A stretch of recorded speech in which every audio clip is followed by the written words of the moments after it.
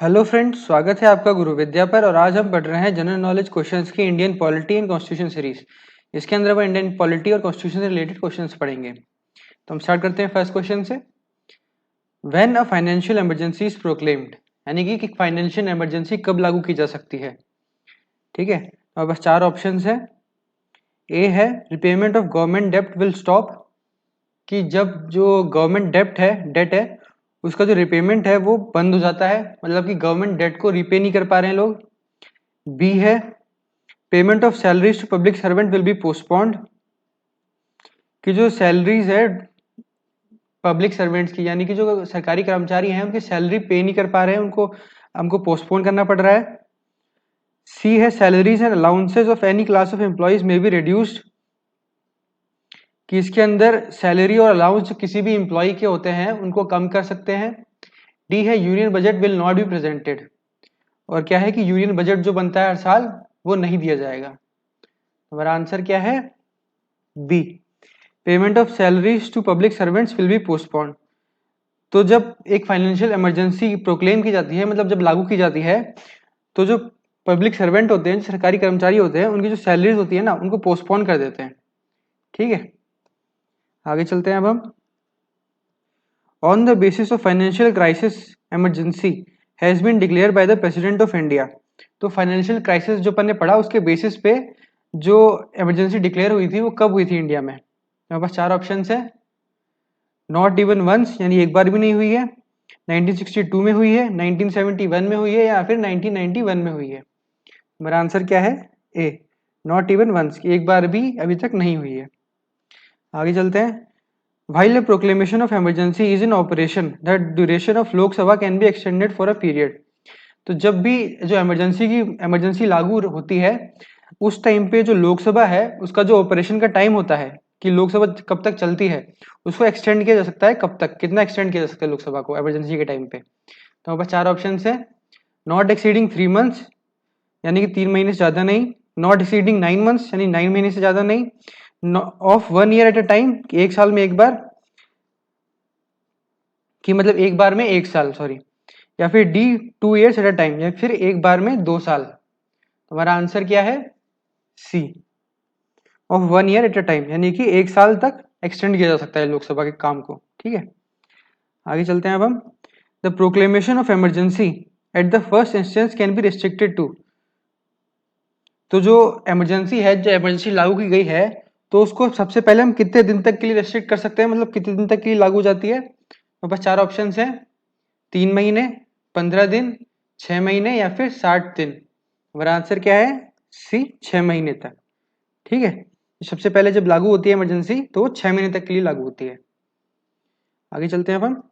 Every proclamation issued under article 352 shall be, मतलब कि जो 352 आर्टिकल है उसके अंदर कोई भी जो प्रोक्लेमेशन लागू होती है तो A laid before each house of parliament, तो उसे हर हाउस, जो पार्लियामेंट है उसके हर हाउस के सामने रखना पड़ता है।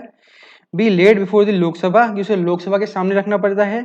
C decided by prime minister and conveyed to the president, कि प्राइम मिनिस्टर डिसाइड करता है और फिर उसे प्रेसिडेंट को बताता है। या फिर D, all of the above, कि ऊपर किए गए सारे काम किए जाते हैं। हमारा आंसर क्या है? C, decided by the prime minister and conveyed to the president, कि डिसाइड तो उसको प्राइम मिनिस्टर करता है और फिर उसे प्रेसिडेंट बताता है लोगों को। ठीक है, आगे चलते हैं अब हम। The presidents rule is impose for the period of, तो जो प्रेसिडेंट का रूल है वो कितने टाइम के लिए लागू किया जाता है। जब इमरजेंसी के टाइम पे जो प्रेसिडेंट का रूल लागू होता है, जो प्रेसिडेंट का लागू किया जाता है, तो कितने टाइम के लिए लागू होता है। तो हमारे पास चार ऑप्शन है। 3 महीने, 6 महीने, till the next election is held, या फिर it depends upon the president's wish. तुम्हारा आंसर क्या है? B, 6 months. कितने टाइम के लिए होता है? 6 महीने के लिए। जो प्रेसिडेंट रूल लागू होता है इमरजेंसी में वो कितने टाइम के लिए लागू होता है? 6 महीने के लिए। ठीक है, आगे चलते हैं अब हम। The duration of proclamation of financial emergency is, तो जो फाइनेंशियल इमरजेंसी जो लागू हुई है उसकी ड्यूरेशन कितनी होती है, कितने टाइम के लिए लागू होती है, मतलब वो। तो आपके चार ऑप्शन है। At the first instance 1 month, की जब पहली बार लागू होती है तो 1 महीने के लिए होती है। At the first instance 2 month, पहली बार में 2 महीने के लिए लागू होती है। सी है at the first instance 6 months की पहली बार में 6 महीने के लिए लागू होती है, या फिर eight the first instance 1 year की पहली बार में 1 साल के लिए लागू होती है। तुम्हारा आंसर क्या है? At the first instance 2 months, B. ठीक है, कि एक बार में वो 2 महीने के लिए लागू होती है फाइनेंशियल इमरजेंसी। ठीक है, आगे चलते हैं अब हम। During the proclamation of national emergency, कि जब नेशनल इमरजेंसी लागू की जाती है तब हमारे पास 4 ऑप्शन हैं। All fundamental rights are suspended, यानी कि जो भी फंडामेंटल राइट्स हैं हमारे वो सारे स्थगित कर दिए जाते हैं, यानी सस्पेंड कर दिए जाते हैं। बी है article 20 and 21 can not be suspended, कि नेशनल इमरजेंसी के टाइम पर भी जो आर्टिकल 20 और 21 है उनको सस्पेंड नहीं किया जा सकता है। सी है article 32 can not be suspended, कि जो आर्टिकल 32 है उसको सस्पेंड नहीं किया जा सकता है वो नेशनल इमरजेंसी के टाइम पर भी। और डी है article 19 can not be suspended, कि नेशनल इमरजेंसी के टाइम पे जो आर्टिकल 19 है उसको सस्पेंड नहीं किया जा सकता है। तुम्हारा आंसर क्या है? बी। तो आर्टिकल 20 और 21 में क्या आता है? आर्टिकल 20 जो है वो कहता है कि protection in respect of conviction for offences, यानी कि राइट टू फ्रीडम के अंदर आता है आर्टिकल 20, है ना। फंडामेंटल राइट्स के अंदर राइट टू फ्रीडम के अंदर आता है आर्टिकल 20, लेकिन उसके अंदर क्या कहता है ये कि protection in respect of conviction for offences, कि अगर कोई ऑफेंस किया जाता है किसी से तो उसमें आदमी को प्रोटेक्शन की जिम्मेदारी, मतलब कि प्रोटेक्शन ले सकता है वो उस ऑफेंस का। ठीक है, और आर्टिकल 21 क्या कहता है कि it gives the right to life, personal liberty and the right to die with dignity, यानी कि राइट टू लाइफ देता है कि आप अपनी जीवन जी सकते हो इस राइट से। ठीक है, और पर्सनल लिबर्टी का राइट देता है, और right to die with dignity, कि आप अगर मरो भी तो डिग्निटी से। ठीक है, तो जो आर्टिकल 20 और 21 है ये सस्पेंड नहीं होते हैं नेशनल इमरजेंसी के टाइम पर भी। तो बाकी जितने भी राइट्स हैं वो सस्पेंड हो जाते हैं, बस ये 2 राइट जो है वो सस्पेंड नहीं होते हैं। ठीक है, आगे चलते हैं अब हम। इमरजेंसी कैन बी प्रोक्लेम्ड, अब इमरजेंसी जो है वो लागू की जा सकती है कब, मतलब कहाँ पे लागू की जा सकती है? हमारे पास 4 ऑप्शन हैं। A in the whole of the country, पूरी कंट्री में। B only in that part of country where actual aggression has taken place, कि खाली कंट्री के उस जगह पर जहाँ पे एक्चुअल एग्रेशन हुआ है, यानी जहाँ पे प्रॉब्लम है वहीं पे।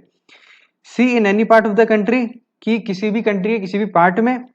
D in the entire country और any part of territory of India, कि पूरी कंट्री में या टेरिटरी ऑफ इंडिया के किसी भी पार्ट में भी। हमारा आंसर क्या है? डी, कि पूरी कंट्री में भी हो सकती है या फिर इंडिया के किसी पार्ट में भी हो सकती है। ठीक है, जो इमरजेंसी लगती है। आगे चलते हैं अब हम। A resolution for the revocation of proclamation of national emergency में बी मूव्ड बाय, तो जो नेशनल इमरजेंसी है तो उसका रेजोल्यूशन जो पास होता है क्या, और किस चीज का रेजोल्यूशन की revocation of proclamation of national emergency, की जो नेशनल इमरजेंसी है उसको हटाया जाए, तो इसका जो रेजोल्यूशन पास होता है वो कौन पास कर सकता है? हमारे पास 4 ऑप्शन हैं। ए है 10 मेंबर्स ऑफ राज्यसभा, कि राज्यसभा के 10 मेंबर। 10 मेंबर्स ऑफ लोकसभा, कि लोकसभा के 10 मेंबर। पार्लियामेंट के 10 मेंबर, या फिर 1/10 of the total membership of Lok Sabha, कि लोकसभा की 1/10 मेंबरशिप कर सकती है। और आंसर क्या है? डी, जो पूरी लोकसभा की मेंबरशिप है जो उसका 1/10 पार्ट है वो अगर रेजोल्यूशन पास कर देता है तो नेशनल इमरजेंसी क्या कर सकती है? हटाई जा सकती है। ठीक है, तो इसी के साथ हमारे इस वीडियो के क्वेश्चंस कंप्लीट होते हैं। उम्मीद है कि आप लोगों ने कुछ नया सीखा होगा। अब हम मिलेंगे नेक्स्ट वीडियो में नए क्वेश्चंस के साथ, तब तक के लिए धन्यवाद।